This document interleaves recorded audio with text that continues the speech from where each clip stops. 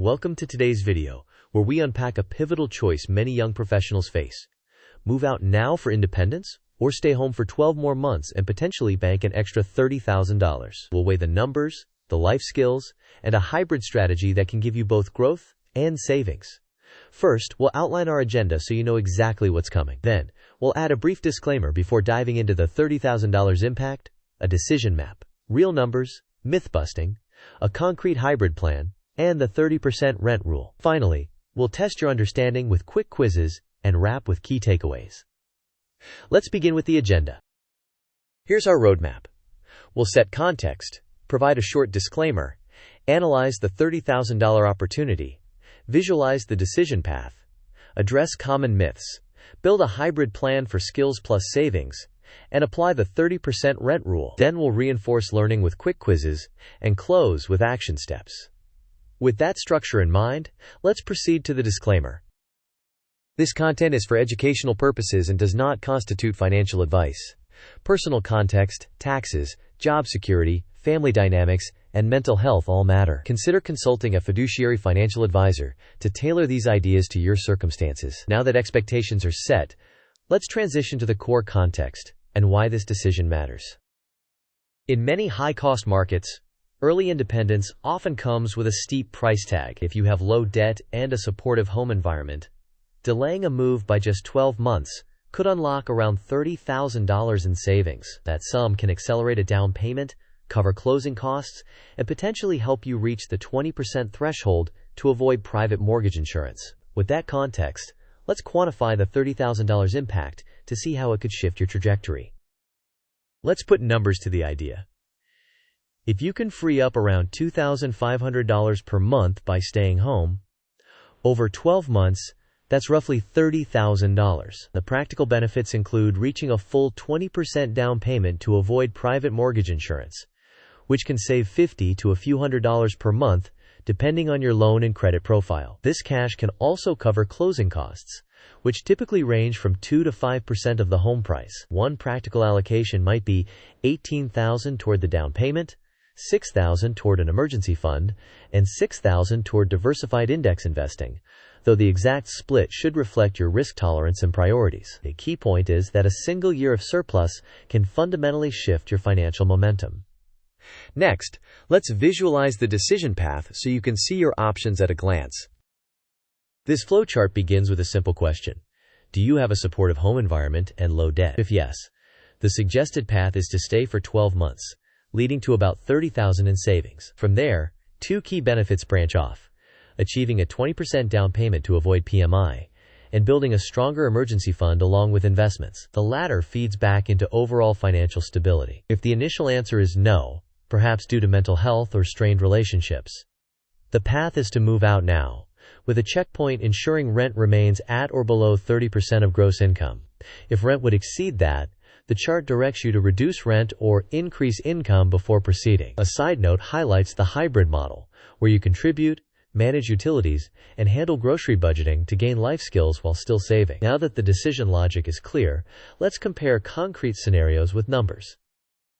Here are illustrative scenarios. Staying home with $0 to $500 in symbolic rent for 12 months could keep total rent near $0 to $6,000, leaving $2,000 to $2,800 left to save each month, for roughly $24,000 to $33,000 over a year. A frugal move-out scenario at $1,500 all-in results in about $18,000 in rent and around $12,000 saved if your income allows $1,000 per month to be saved. A typical move-out at $2,500 effectively consumes the entire $2,500 monthly surplus, yielding zero net savings across the year. A high-cost scenario at $3,200 generates a negative savings rate.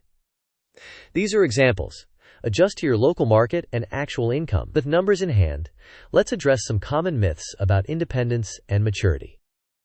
Let's dispel a few myths. First, the idea that you only mature when you pay full market rent is false.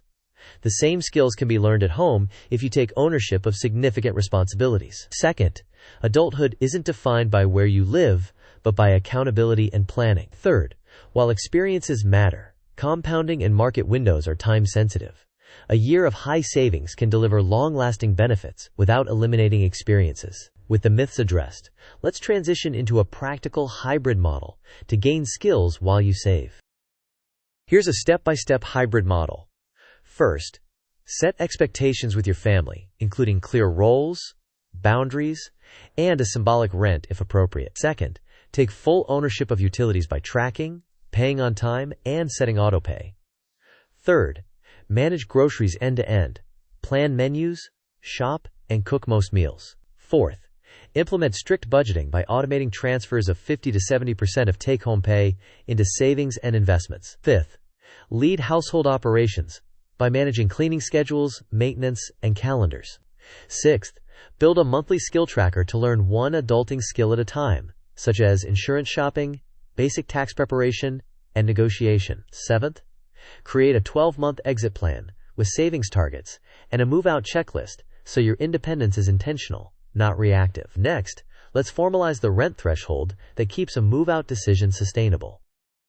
The standard affordability guideline is to keep total housing costs at or below 30% of your gross monthly income. In practice, that means rent plus utilities and internet should not exceed 0.3 times your gross monthly income. If you are above that threshold, consider roommates, moving farther out, negotiating your lease, or increasing your income. Protect yourself with an emergency fund, covering 3 to 6 months of expenses, and maintain renter's insurance. With the affordability rule established, let's compare staying home versus moving out now in a structured way. On the left, staying home offers substantial annual savings, a quicker route to a 20% down payment and PMI avoidance, lower cash flow stress, and the ability to build skills through a hybrid model. It does require active management of family dynamics.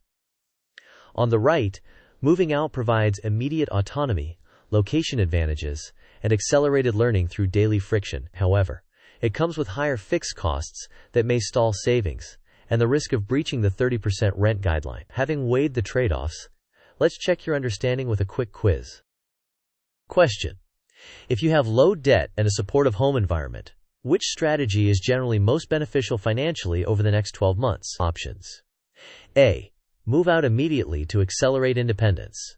B. Stay home, adopt a hybrid model, and aim to save approximately $30,000. C. Split time between 2 rentals to gain more experience.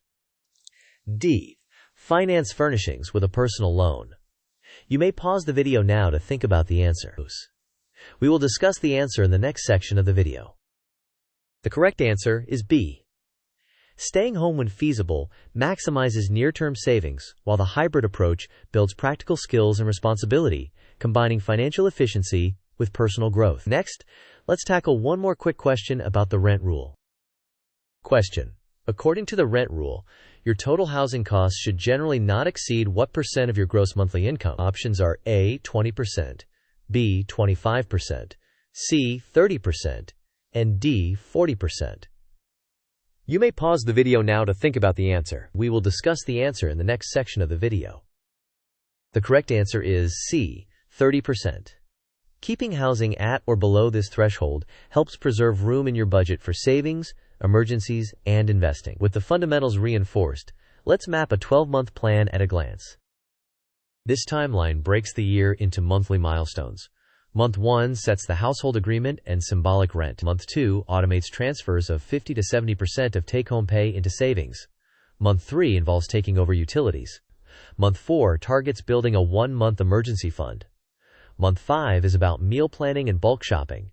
Month 6 reviews progress and adjusts the savings rate. Month 7 compares mortgage scenarios with and without a 20% down payment.